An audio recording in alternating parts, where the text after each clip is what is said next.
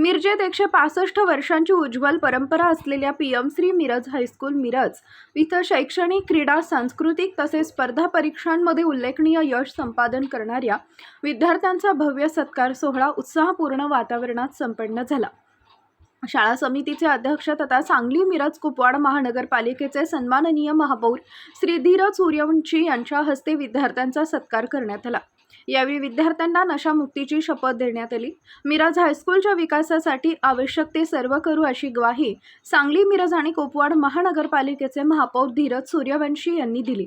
लखनौ इथं झालेल्या 41 किलो वजनी गटात निवड चाचणीमध्ये पैलवान रोहित अशोक माळी यांची देशात प्रथम क्रमांक मिळवून थायलंड इथं होणाऱ्या आशियाई अंडर 15 वर्ष 2026च्या कुस्ती स्पर्धेसाठी भारतीय संघात निवड झाली आहे। या यशाबद्दल पैलवान रोहित माळी यांचा सत्कार करून शालेय साहित्य आणि शाळेच्या तर्फे 5,000 रुपये तसेच महापौर धीरज सूर्यवंशी यांच्यातर्फे 11,000 रुपये रोहित माळी याला देण्यात आले।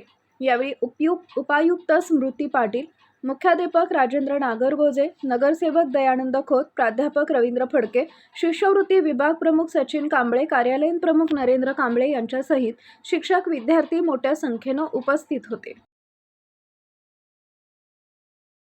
आज आपल्या मिरज हायस्कूल मिरजमध्ये काही गुणवंत विद्यार्थ्यांचा व एक आपला विद्यार्थी आशियाई स्पर्धेसाठी सिलेक्ट झाला कुस्ती या खेळामधून।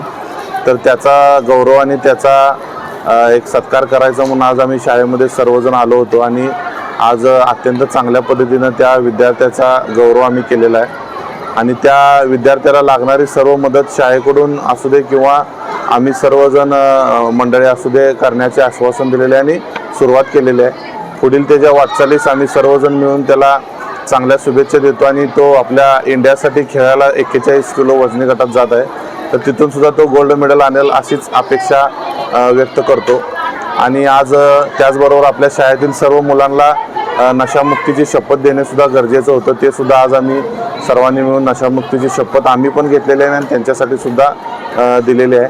अशा पद्धतीने आजचा मिरज हायस्कूलमधला सर्व कार्यक्रम पार पडला। या शाळेसाठी जे काही गोष्टी लागतील त्या सर्व करण्याची आमची मानसिकता आहे।